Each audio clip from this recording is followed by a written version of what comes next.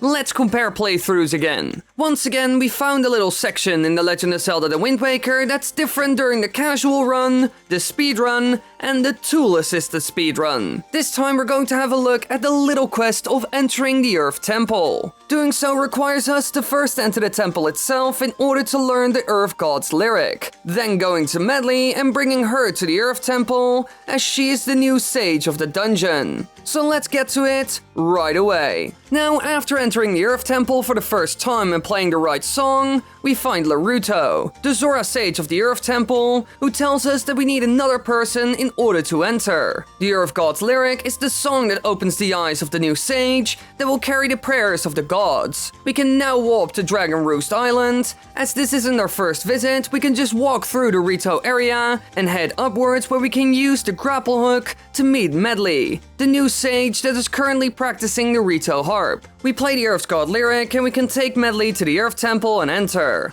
So, nothing special so far. The speedrun does things a little different, as it basically has to do that. For this video, we're using the footage of the runner Demon, who currently has the world record for the game on the original GameCube version. During the first visit on Dragon Roost Island, the speedrunners skip obtaining the delivery bag by performing a zombie hover.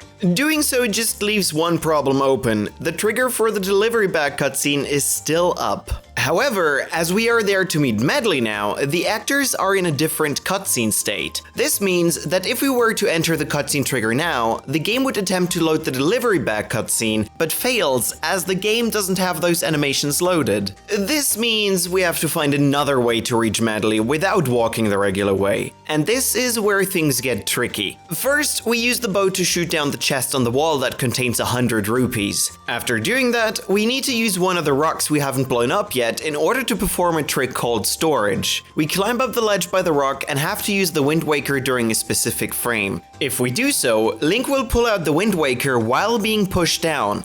As this happens, we now have to cancel the WindWaker exactly 3 frames before Link hits the ground. When done correctly, the game will now be in a state that will automatically cancel cutscenes as we just set our cutscene value to -1. With this active, we head to the rupee chest and open it. The game will add 1 to the cutscene value, which then turns into 0 and ultimately cancels the cutscene again. This means that we won't get the rupees right now, but Link will also keep the collision behavior he would need in order to enter the chest for the cutscene, as the normal collision behavior just wouldn't work during this. Having this collision box allows us to do a fair amount of unintended things. We will now use the grapple hook at a certain angle in order to land on the wall, which we can now walk up thanks to our manipulated chest storage. This doesn't work on any wall, but it works on most walls. So we can use this here in order to not only skip the delivery bag, but the whole tour through the Rito area. However, as there is no proper warp location that is close to the Earth Temple, it is faster to swim there using a technique called super swimming. We activate the storage glitch again and use the WindWaker to lock the camera in front of us this time. By doing so and jumping into the water, we will turn around every frame if we hold up. Well, it's actually not exactly up, as we get the most speed if we aim towards the exact opposite of Link, who doesn't face the camera head on. Every turn in the water gives us a speed of -3, which we can accumulate as the speed cap for swimming in water only applies for positive speed. Using this, we can make our way to Great Fish first, where we obtain double storage. This means that we first set our cutscene pointer to -1, then back to 0 by using a text box, and while this text box is active, we put it back to -1 once again. With the text box up, we can now pull out our WindWaker without increasing the cutscene value and start a super swim to the Earth Temple without softlocking the game, as the cutscene requires the King of Red Lions to run, which we don't have when we swim there, obviously.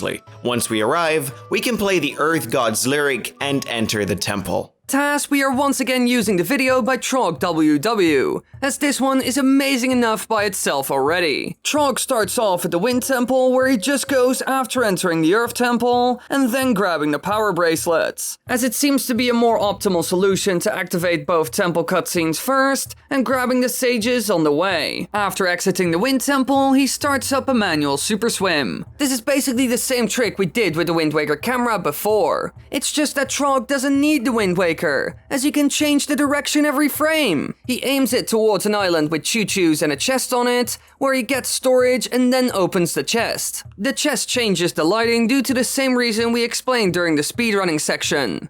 From here on, he charges up yet another super swim to reach Dragon Roost Island, where he reaches the small island on the back. But before doing so, he activates the Tingle Balloon, which allows him to fly. Using the collision from the chest storage in combination with the Tingle Balloon now allows him to run up the walls with the remaining speed he got from the super swim. From here, he can walk upwards and reach the Rito area without having to trigger the delivery bag cutscene. Now we can just exit the area once again and talk to Medley in order to awaken her. After the cutscene, both Link and Medley spawn on the King of Red Lions, where Trog jumps off as quick as he can. Unlike the speedrun, he does not have to use double storage to avoid a soft lock and uses a regular storage instead. Due to the normal storage, only the first cutscene will be skipped, which will force the game to run the cutscene with the King of Red Lions, which ultimately forces Link to attempt to walk to him.